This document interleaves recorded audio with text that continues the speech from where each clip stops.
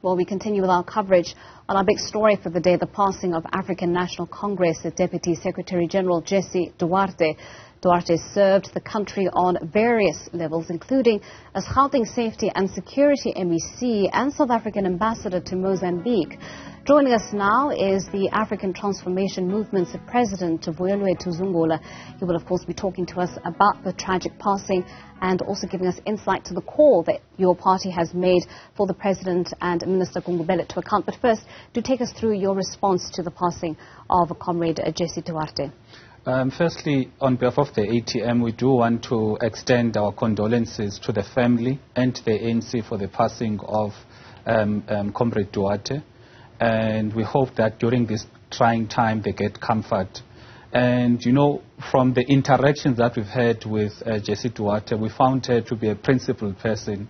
And this should, in a way, make us as leaders in our country to reflect as to, do we have the kind of a political climate that is in the best interest of the people? Because we find that many a times we, as we belong in different political parties, we assume we are enemies just because we are wearing different color T-shirts, whereas we should be working together in service to the people.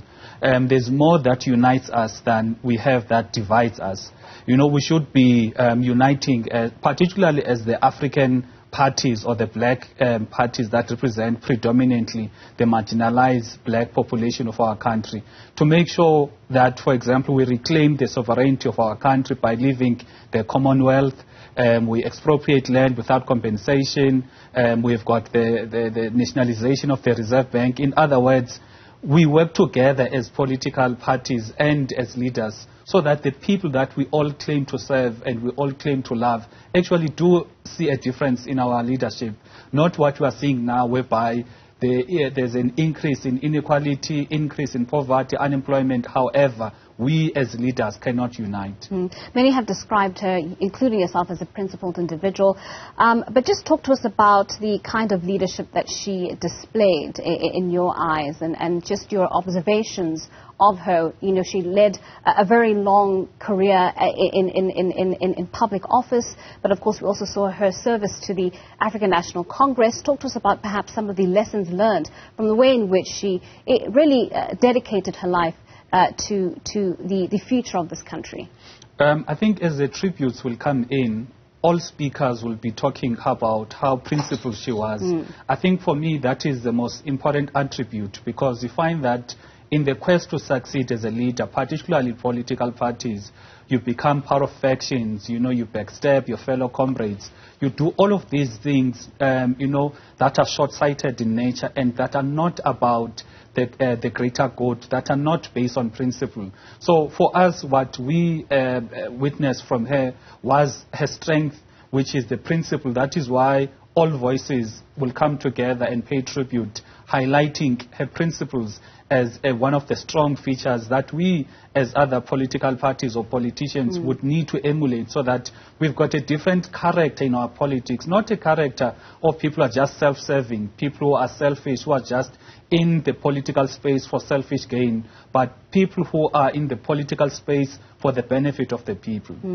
Well, Mr. Zungula, your organization, the African Transformation Movement, has made a call for the President and Minister Gungubele to account for some of the sporadic shootings that we've been seeing across the country. I mean, overnight we've had more shootings taking place in Malaysia. Talk to us about that call that you've made. What exactly are you looking for from the President and the Minister? They must account. The President is the convener and the chairperson of the National Security Council.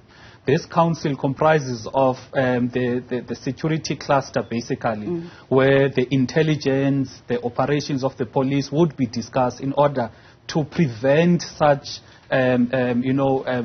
mass shootings from taking place.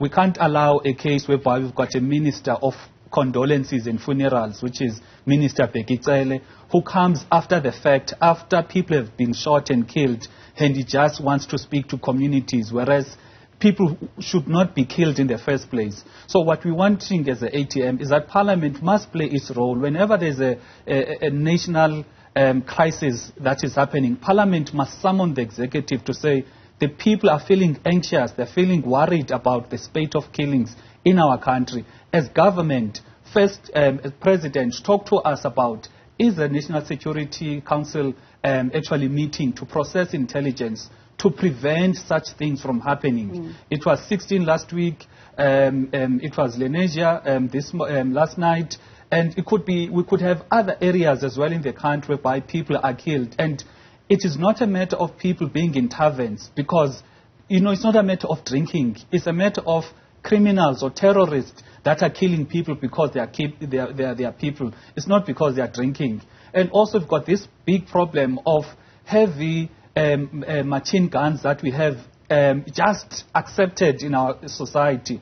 We saw what happened in Gqeberha in the taxi burnings, and the amount of guns that were there in Phoenix. We know the communities where the Zamazamas operate in. We've got a lot of guns there, your AK-47s. However, we're not seeing any priority from the police to say, let there be police raids that will actually take all of those guns, because no one should be having such guns, you know, as a civilian. Such guns should be owned only by the police. So that is for us what is critical, that the government must act, and the government must speak in parliament and give assurances, because as you can imagine, people are anxious.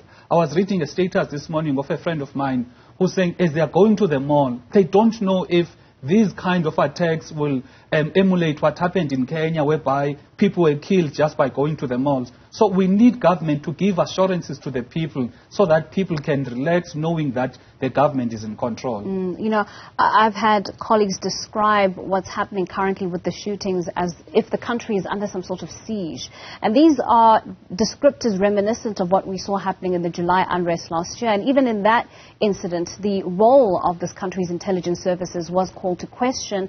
I wonder if, you know, requesting the President and Minister Gungubele, who of course has the responsibility of overseeing intelligence services, has something to do with what happened last year, July last year. Where is intelligence services, and how are they assisting police in arresting what we're seeing happening in our streets? South Africans clearly feeling unsafe. Your friend being unable to go to the mall with the assurance of safety. Look, if the government had acted based on the panel report that was done to actually investigate what transpired in July last year, would not have a sense that, would not have these killings that are taking place currently, because the government would prevent. That's the role of the intelligence. It is to prevent killings, not come after the fact and just talk about how communities can work together. But the intelligence must prevent the killing. So what we are saying as the ATM is that the intelligence of our country, as well as the entire security cluster, there's a clear evidence that we've got a government or ministers that are there only for their selfish interests. They are not there, for the interests of the people. Number one, I read this morning that the current police commissioner, Fani Masemola, actually authorized the use of state resources to go search for the Phala alleged criminals, whereas there was no case that was opened, which clearly shows that we've got people that are not utilizing state resources for the public benefit. Even last year when General Mkwanazi from KZN spoke about the issue of the unrest there, he says he was pressured by ministers, about 10 ministers if I'm not mistaken, to actually give assurances that SAB, South African breweries, will be protected. Those ministers were not concerned about the loss of lives of people in Mlazi and in the townships. So what we have here, Ntokozo, is that we've got a case of people in leadership positions, but they've got no regard for the people of our country. Basically, they hate our citizens because, in our view, the basic and fundamental attribute of being a leader, it is to love your people. When you love your people, you always act in their best interest. This speaks the lack of love for the people. That is why there's no political will. Because if there was political will, all guns that are not fit, that are not supposed to be in the civilians, would have been taken by now. And there would be strong message that are sent to the police that is selling guns that have been confiscated back to the criminals. But we're seeing no action at all because we've got leadership that is self-serving, that is not that is not governing in the best interest of the people. Well, something else that came out of that panel report was issues around South Africa's socio-economic challenges, the high levels of poverty, unemployment, and how that has created a discontent citizenry, and that was largely also behind some of the unrest that we saw last year. In a conversation that I had just yesterday with the Center for the Study of Violence and Reconciliation, a lot was said around this general discontent and how that may be a root cause behind the violence that we're seeing in this country. Now, it's not only the job of government, but also the job of organizations like yours to try and arrest some of these socioeconomic challenges. I mean, talk to us about that and whether or not you think enough is being done to deal with some of these root causes. For the unrest, remember the unrest affects everyone. It will be people that will be going out, looting, etc. However, if we are going to be talking about what is currently happening now, in our view, it is terrorist attacks. And these terrorist attacks, the breeding ground, or the fact that we've got the unemployment levels, poverty levels, it provides a fertile ground for these terrorists to actually operate. However, in this particular case, we don't see people en masse going, causing instability.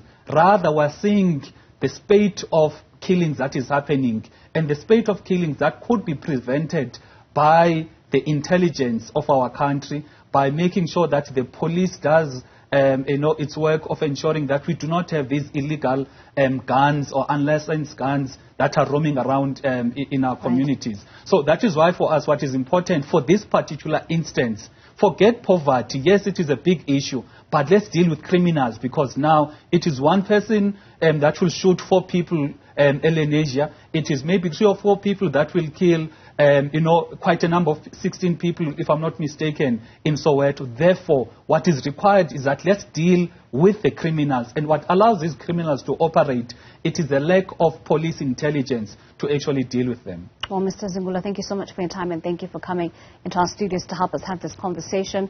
That was the President of the African Transformation Movement, Mr. Vuyolwethu Zungula.